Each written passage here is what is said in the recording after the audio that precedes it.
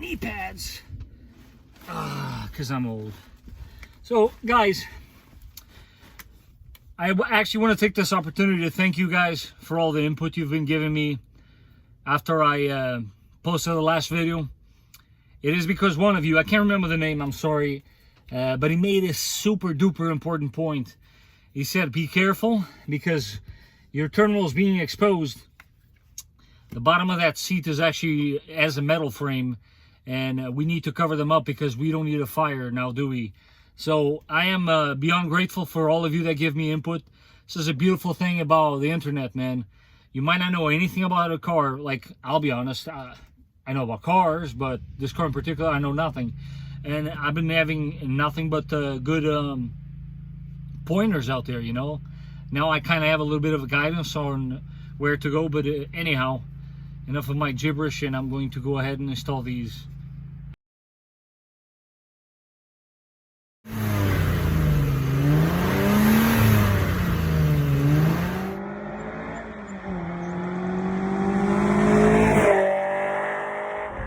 Morning everybody, and welcome back to the channel. This is the Vikings Garage. Today we're waking up a little earlier. We are heading to the DMV, and fingers crossed, man, and we'll have plates on this car by the end of the day. Stick around, and I got more coming your way. And with a little bit of special effects, here we go.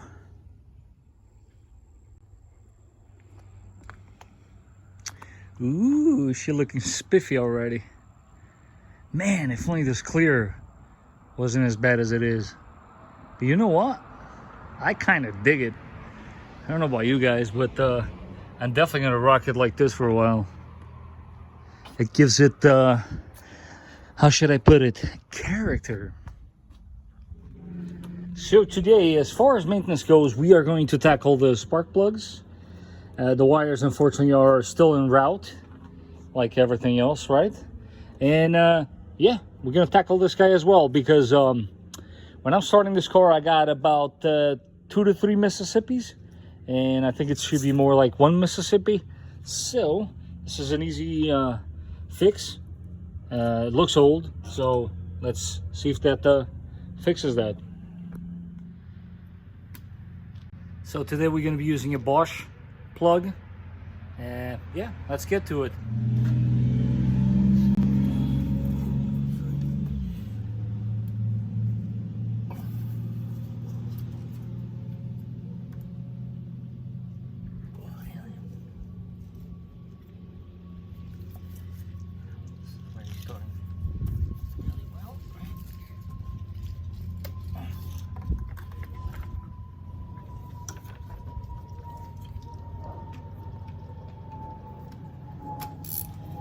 I always do one at a time.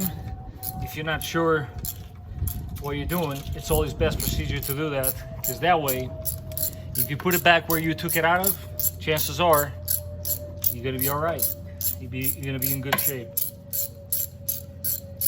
Guys, as I always say, if I can do it, you can do this job yourself. It's not that bad, especially on a car like this. Plugs are totally exposed, and wow, look at this guy. It's an NGK, but I'm pretty sure they don't recommend this, but you see how bad that looks? Well, we're changing that today.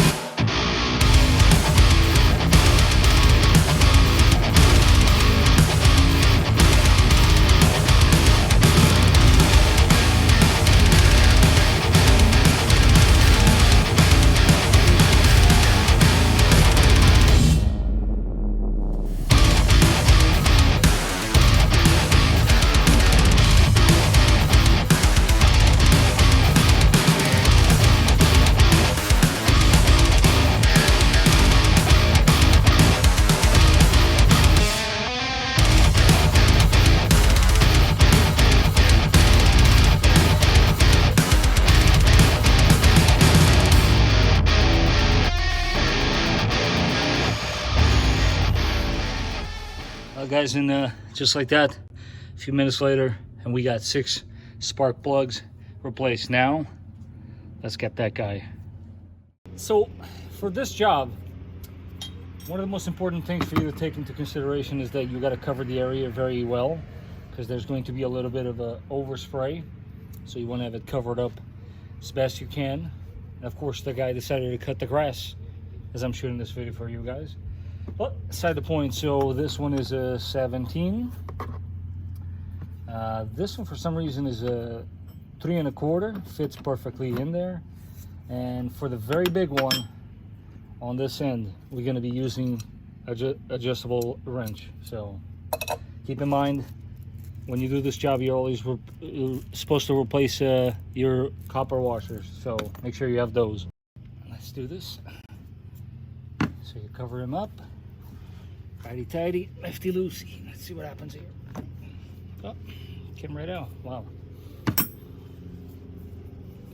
know if you guys can see that, but it's actually dripping onto the rag, which is what you want. You don't want it dripping onto the paint, although I'm sure it will. You do want to wash and clean the area as best you can after you're done. Don't lose your banjo bolt. Wow, still coming out. All right. See, these are the washers I was talking about. You're going to eventually replace them. So you put it to the side along with the bolt. There's another one there that fell on the ground. No problem. You do have 2 tens holding the bracket that holds the filter, so you want to loosen those up and try not to break anything else in the process.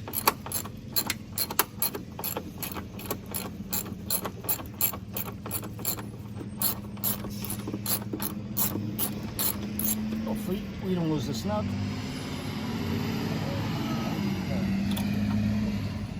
So we got a nut and a washer, which we're gonna fish out of there. Just, almost. Come on, come here.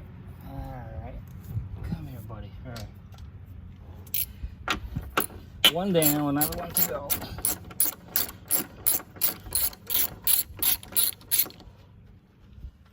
Hopefully I'm giving you guys a good shot of this. I don't know how good it's coming out, but let's see. Now what I did was, let me see if this is gonna work for me better. I'm gonna attempt to unscrew this. It might not work so well. Of course, I'm dropping things. All right, no, it does. The point is, you have to, here, let me give you a closer look. You still gotta take that 10mm out, and then you should be able to unscrew it from that line. Yeah, I'll show you guys. So now that I finally loosened this up, this is what I wanted to show you guys.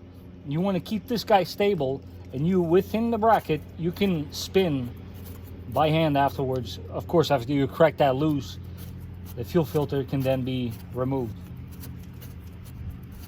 You know, a few minutes later, here we go. Are we there? Yeah, that's it. And then it actually does come out, the whole thing.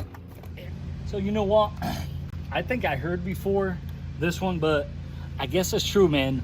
When your neighbor's cutting the grass, I guess you got to go ahead and bring your lawnmower out as well, because your grass got to look better than it is. Well, on that note, guys, I will show you the final result, because let's face it, I can't hear myself, you guys can't hear me, and yeah, what's the point? When everything is said and done, always make sure it's not leaking. Don't be afraid to rub your finger underneath it and check it. It's dry. Same story on that side, and you're good to go. Side note, always wash off the excessive gas that dripped on your engine bay for obvious reasons. Gotta say, she does seem to be running a little smoother. These will be installed by the time you see the next video. I hope you found this information helpful, and I hope you guys can follow the build along, as I got plenty of more ideas for this car. The springs, lowering springs for it, will be ordered tonight. What else? And yeah, we are gonna sort the brakes, but that will be a little bit of a surprise. I have a feeling some of you might already know what I'm up to.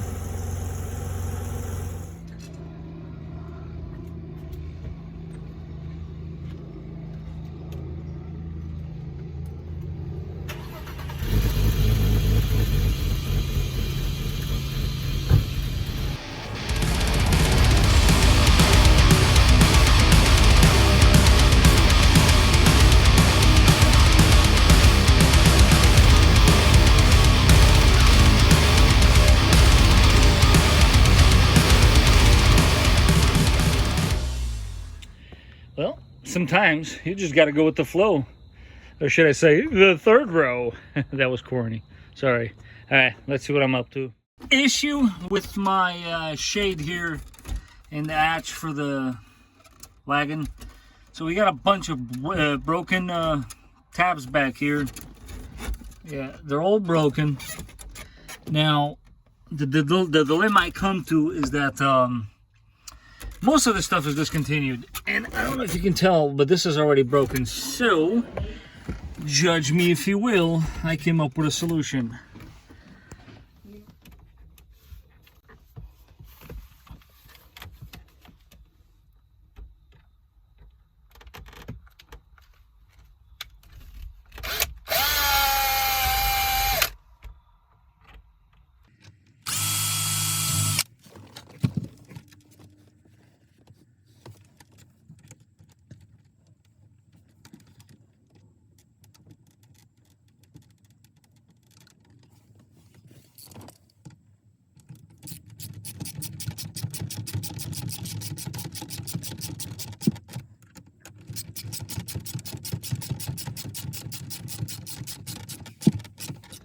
Well, it's not pretty,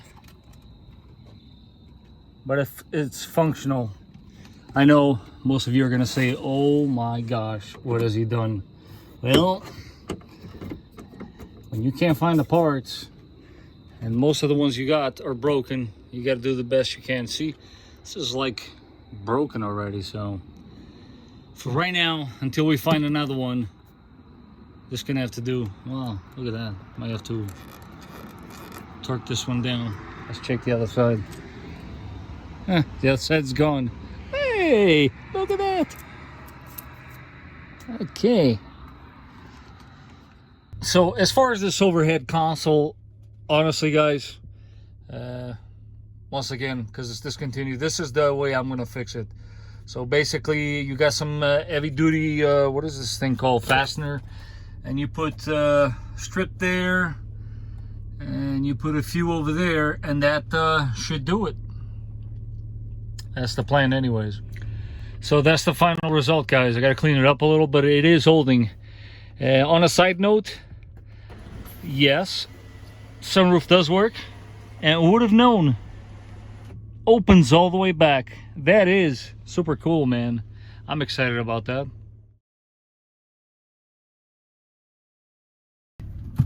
Here we go, guys. First time driving it. Let's see what my impressions are. You might hear the brakes, and that's okay, we're aware of it. I'm just going down the street and put some gas in her. But so far, yeah, I mean, pretty good. Suspension's got a little travel here and there, but it's not terrible, honestly. I mean, this is livable. She is, after all, 24 years old, guys, so we gotta cut her some slack. You know what I mean? Definitely pulsating. Yeah, but all in all,